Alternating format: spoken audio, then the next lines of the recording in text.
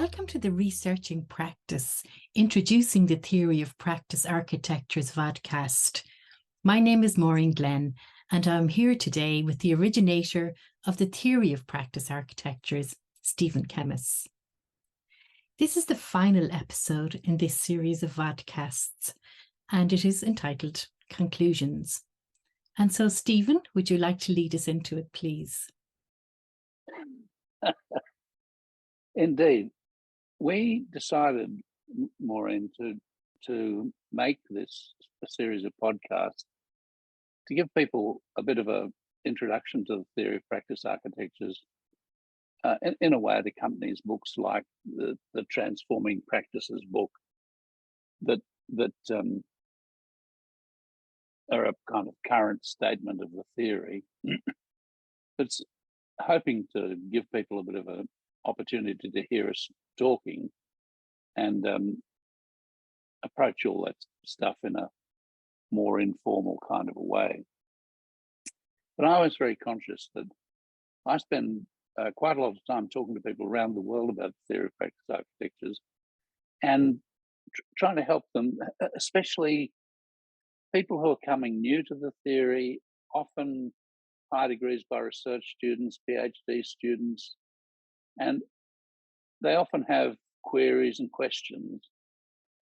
I had a very interesting email exchange with a woman in Adelaide this week about a tricky question that she'd come across about the theory of practice architectures. And so we had a little bit of an exchange. And I thought later, in a short time, she's going to be able to watch this series of podcasts if she wants to and get a way into understanding.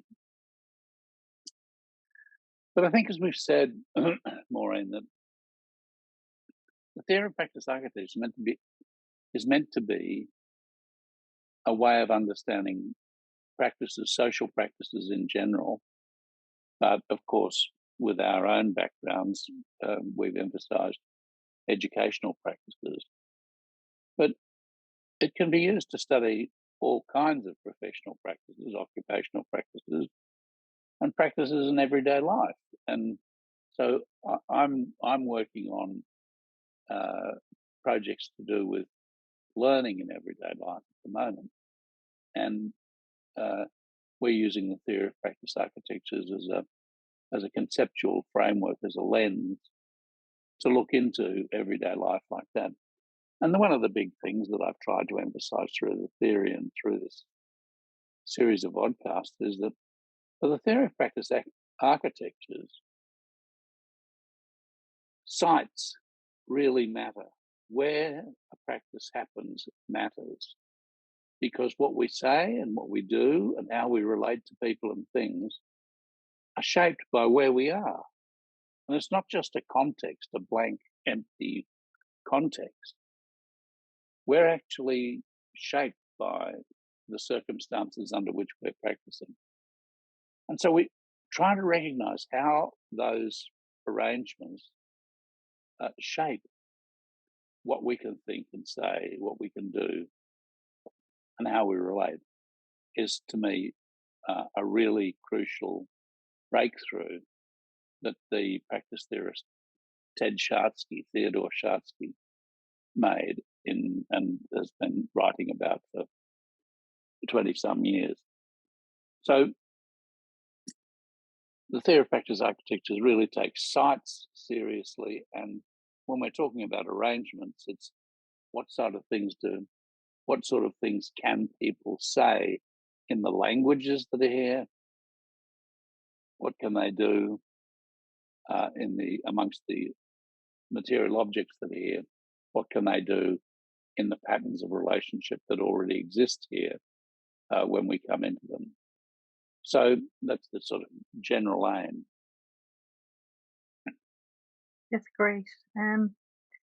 So I suppose for me, I would like to hear a little bit more about how we can see the theory of practice architectures. How has it worked for people?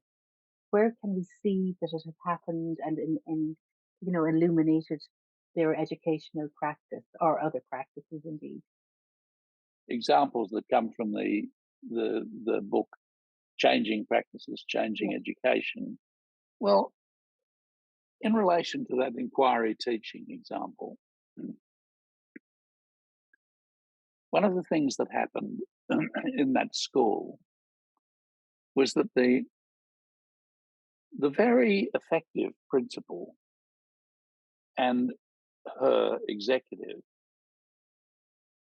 decided that to give up having principals meetings or staff meetings where the principal talked, and all of that stuff that usually goes on in the staff meetings went into newsletters and emails and stuff that went to staff.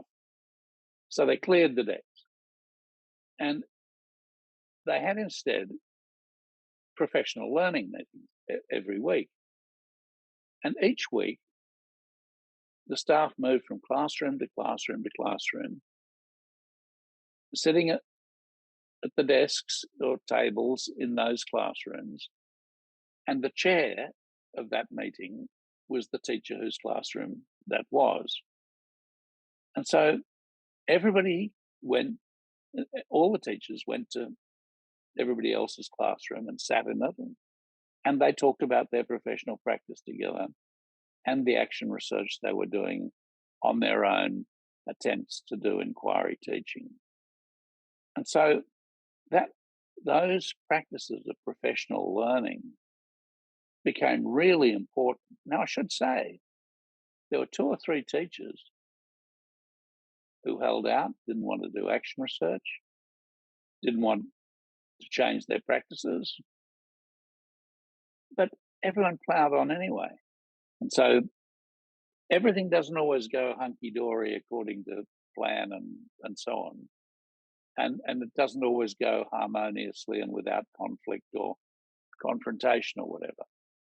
But you can see people making change and making compelling and lasting change for, one would say, for the good, the good for each student, the good for each teacher, the good for the community of life on earth. So it was to me a really beautiful example. And as I say, there are many examples in the book, but there are plenty of examples outside the field of education too. When I was writing this book, Transforming Practices, Changing the World with the Theory of Practice Architectures, I was very conscious that I wanted to draw on examples from lots and lots of research that's already been done using. A few years back, I tried to keep track of all the writings I could find about the theory of practice architectures, but by about, I don't know, 2019 or 2020 or something, it just became impossible. There are too many for me to annotate. I mean, it's a job someone could do, but it was too big for me at the time. So there are examples there.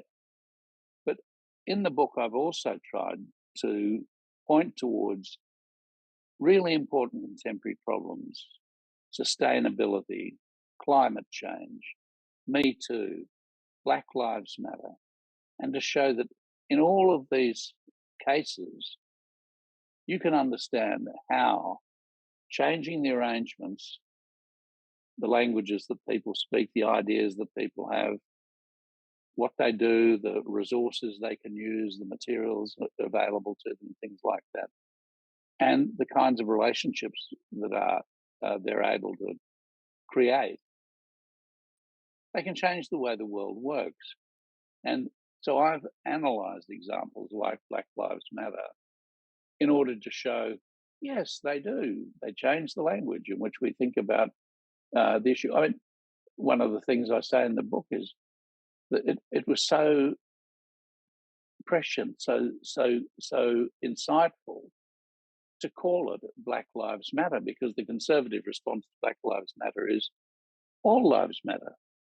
And that's exactly the point. More young black men in the United States and elsewhere are being shot by police and by vigilantes than other people. Why? Because they're black and their lives matter. And how come they're getting singled out? And the answer is some form of systematic racism in the society that we need to address. And when we saw those Black Lives Matter demonstrations burst out all over the world a few years back, we could see, with, in my case, great hope. I thought change is coming. You know, new worlds are possible. Now, so I think that the theory is a way of helping us to understand what's changing when social practices, the way we relate to other people in the world, for example, and when the arrangements in societies change. And it's hoping to make us all more capable of producing change in the world.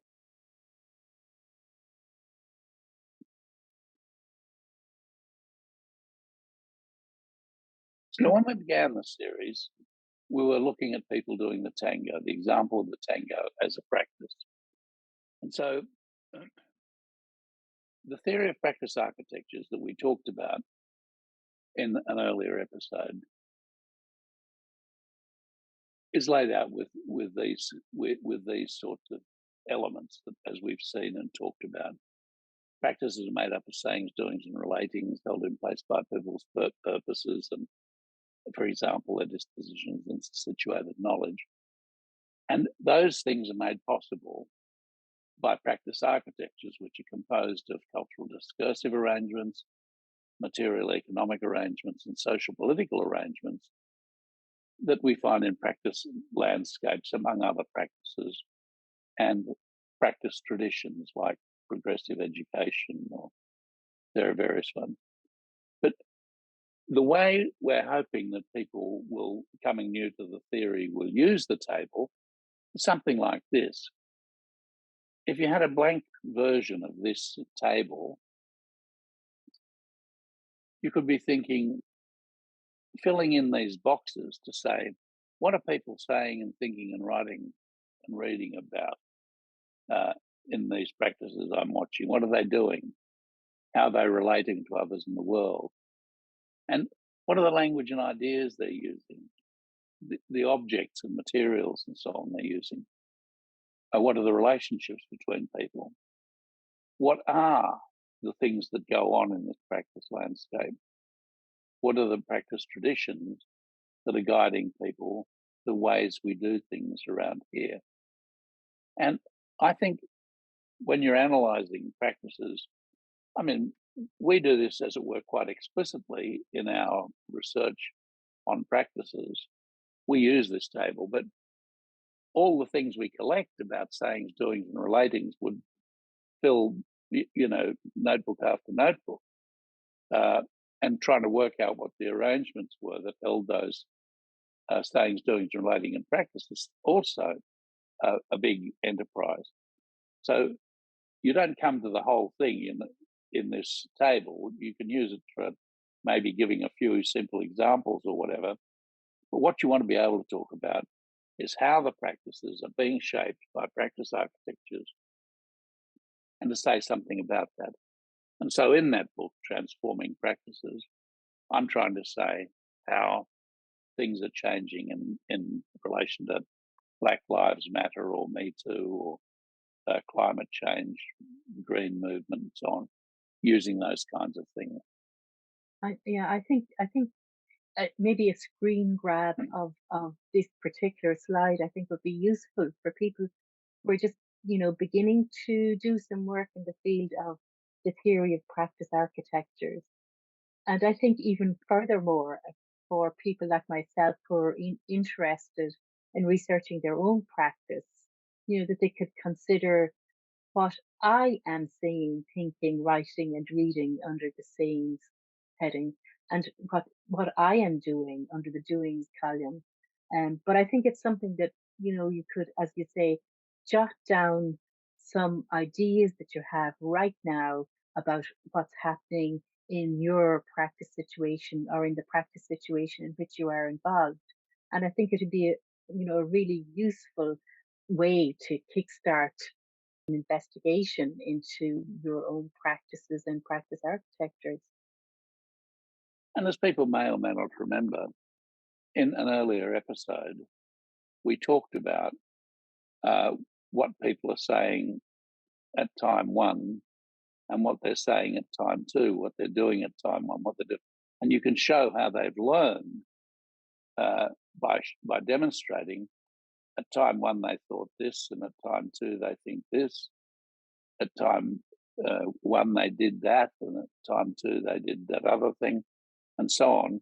So you can show how practices and practice architectures are both changing in relation to one another. So it's a conceptual framework, but the relationships across from one side to the other of the table are also absolutely crucial. Thinking about what were the arrangements in the right-hand column that made the things that you observe in the left-hand column, what made them possible? And that's the question for the theory. Will we press on and review? Yes. In episode 2, we were talking about practices being not just the intentional action of individuals, but something communal, something extra individual. Things like the tradition of the tango that's sort of depicted there with the musicians, the tango musicians. So it's not just what the dancers are doing, it's the whole tradition that makes what they're doing possible and makes what these people in the square here in France are doing. In the next episode, we looked at these 5 different traditions in the study of practice because those 5 traditions cause people to see practices in very different ways. So, for example, when I'm looking at this picture on the screen and I'm looking at the woman in red, I can see her doing what she's doing and make some observations of that. In the second box, the social objective box, I can see that these particular 3 groups of pairs of tango dancers are separate from one another in space. We can say something about the way they practice together in this space. And then we could ask the woman in red what she thinks she's doing and what her partner thinks he's doing. And we can think about it in terms of the discourses and traditions that shape this tango dancing. What brings them there? What history are they part of? And then when we put all of that together, we get a picture of a practice, a more rounded picture of what a practice is. Different traditions see practices differently. And for people who are reading the literature of practice theory, it's worth thinking, how is this author, this researcher seeing practice? Which of these boxes do they fall into? We then went on to talk about practice that is happening in 3 dimensions of intersubjective space, semantic space, where people meet each other in language, material space-time, where they meet each other among those objects, and social space, where they're in relationships with other people. And this is important because we think of the communal space that practices happen in is something essential to a practice. It is part of what a practice is. It's the part of the iceberg that's underneath the surface.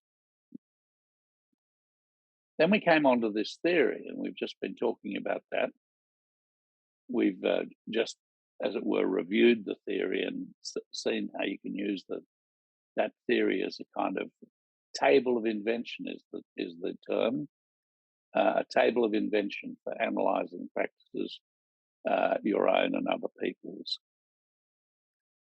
In episode 6, we talked about practices as being distributed, like pedagogical practices, where teachers and students are interacting and play different roles in a practice. And then we talked about ecologies of practices, how different practices connect up with one another.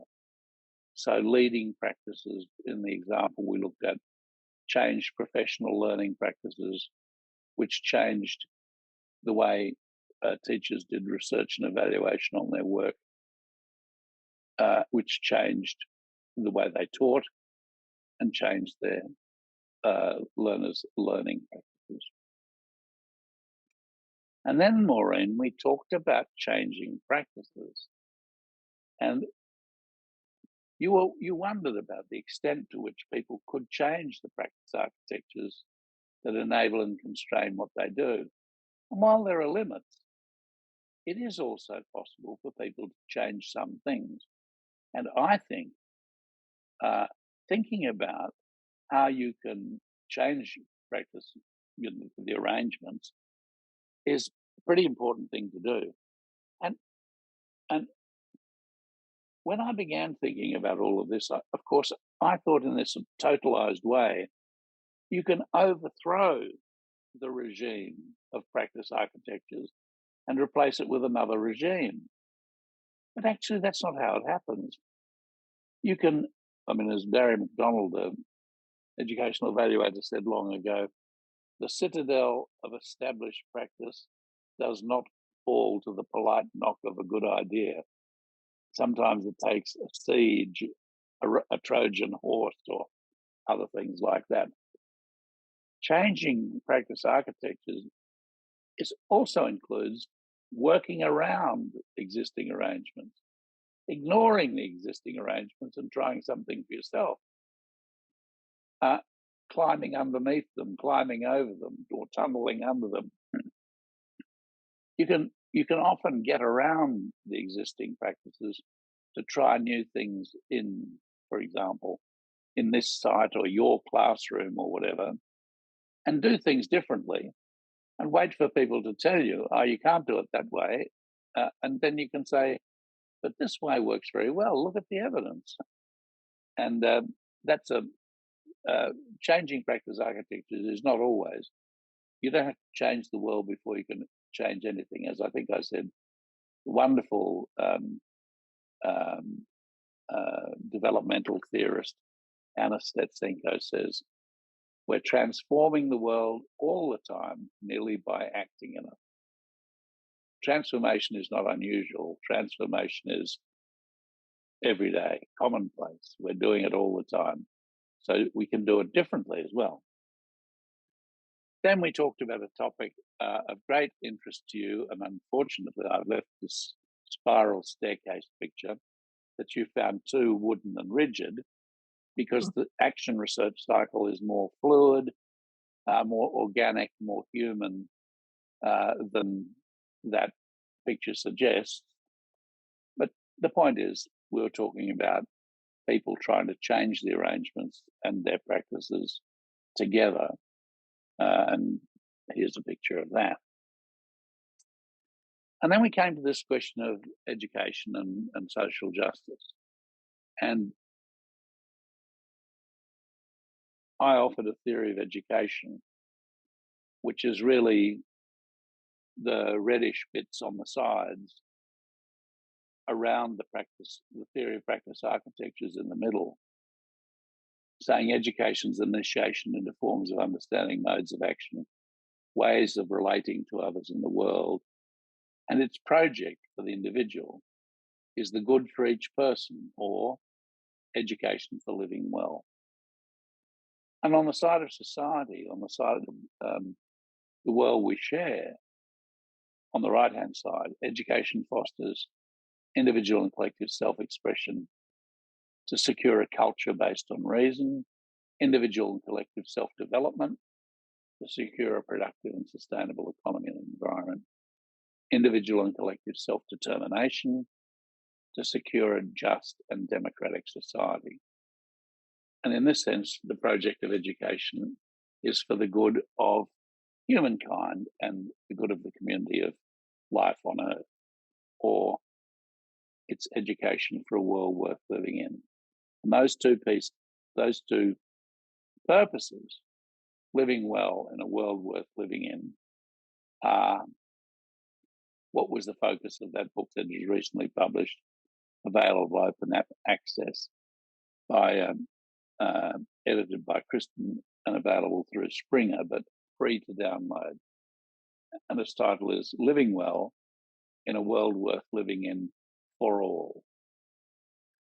So that was a kind of, for education people, a kind of conclusion to the substance of the series. And at this point, I just want to say three things really in conclusion about what we've talked about. Then there are more things one could say. The theory of practice architecture is intended to allow people to explore the arrangements that channel practices and hold them in their course. If we want to do things differently, we've got to change those arrangements. And it aims to help people identify how to change practices by changing those practice architectures, and how to secure transformed practices by securing new arrangements that sustain them. And I said at the beginning that the sort of political purpose of the theory of architectures was to respond to those people who were saying, especially to public sector professionals like teachers and nurses and social workers and so on, you have to do a better job. But we're not giving you more resources, we're not giving you more professional development, we're not giving you better leadership, where you can do it yourself. And in my view, if we want people to do a better job, we've got to give them the tools to do the job. And one of the reasons for people doing research using the theory of practice architectures is to say, these are the tools that help us to do the job, to do a better job, and these are the tools we still don't have to do a still better job. So that's the first point. The second point is to get people to think there are these four different ways you can use the theory of practice architecture. Descriptively, just to give more comprehensive accounts of practices and what holds them in place. Analytically, so you can analyze what are the conditions, the arrangements that are making your practices or someone else's practices possible. Critically, to think about, is there untoward practice going on, or does our practices have untoward consequences? For example, consequences that are unreasonable, unsustainable, unjust, undemocratic, inhumane, you could go on. And if our practices accidentally, as it were, have those consequences, then can we use the theory to think transformatively about how we can avoid or overcome untoward consequences of our practices? And I think that that's the purpose, the central purpose of having the theory, is to help people make those kinds of transformations. The final thing is to say not only are practices often distributed and involve multiple people, but they're parts of ecologies of practices. So when you change one practice, it's connected up to other practices in an ecosystem. And so you may need to change professional development practices in the school, as well as the teaching practices, as well as the students' learning, and so on and so forth. So practices exist in these kind of ecosystems. And so how do we think about the connections between different kinds of practices? That's great, Stephen. Thank you so much. That's a pretty comprehensive overview of what we covered in the previous episodes. Stephen, we've had a wonderful time discussing all the ideas that you have around the theory of practice architectures and how relevant it is to all practitioners everywhere, really. While we have focused, because we're both teachers, we've been focusing on classrooms and maybe on dancing a little bit. But I thought it's very important that we, acknowledge that people from all professions and all places and all practices can look at the theory of practice architectures and help them make sense of the world. I suppose as we reach the end of our final episode in this series, I'm wondering how we might look at using the theory of practice architectures to challenge people and to have a think about the politics of a post-truth world. That's a very big and a very difficult question. Just by the way, if readers have gone through for listeners or have gone through the whole podcast, one of the reasons for having different people, nurses, doctors, builders, in the different pictures that were and tango dancers, is just to show that a practice is a practice and lots of people do it. But the question of the post-truth world is a terribly important one. And the theory of practice architectures doesn't solve all the problems of the world. But one of the things that I think it does is to create conditions under which people can examine practices together and try and think about what's going on. And the post-truth world is, to me, at the same time as it's a kind of reality of politicized, polarized politics and so on.